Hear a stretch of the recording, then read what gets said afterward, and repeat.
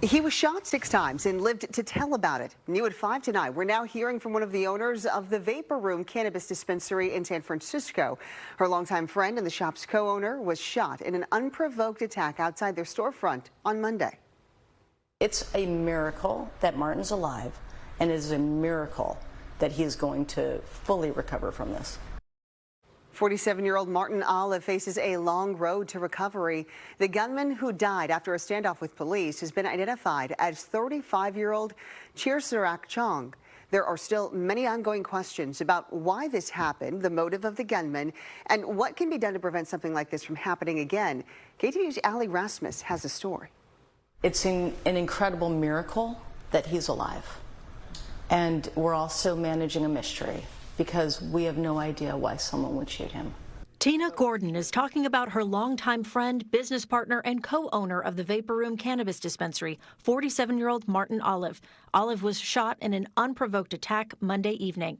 He was on a break on his phone in front of his shop. And to be clear, this was not a robbery attempt. This was an attack.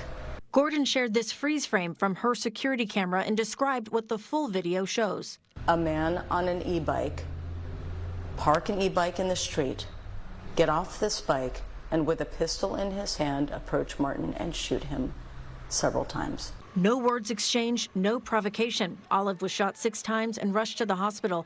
Gordon says the bullets missed all of his vital organs. He has no brain or spinal damage. He'll have shrapnel in his body for the rest of his life. Gordon says yesterday from his hospital bed, Olive was joking with her about how hard it'll be to get through airport security from now on. This really speaks to his character, that he can barely speak and he's making jokes. What Martin has said about that day is that he didn't recognize this guy. He had no idea who this guy was, and he just kept saying, why would he shoot me?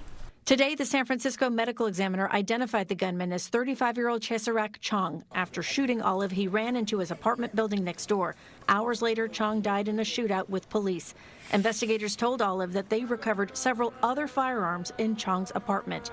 Chong had never been a customer at the dispensary, and no one from the business had ever interacted with him before.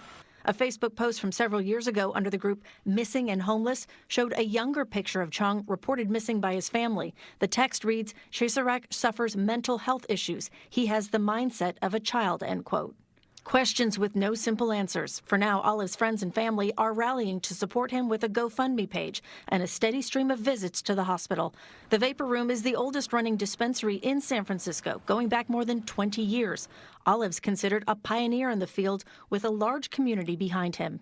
Gordon says if all goes well, Olive could be released from the hospital in about 2 weeks. His Vapor Room cannabis dispensary will remain closed indefinitely. San Francisco police plan to have a town hall meeting to discuss the circumstances surrounding the shooting sometime next week.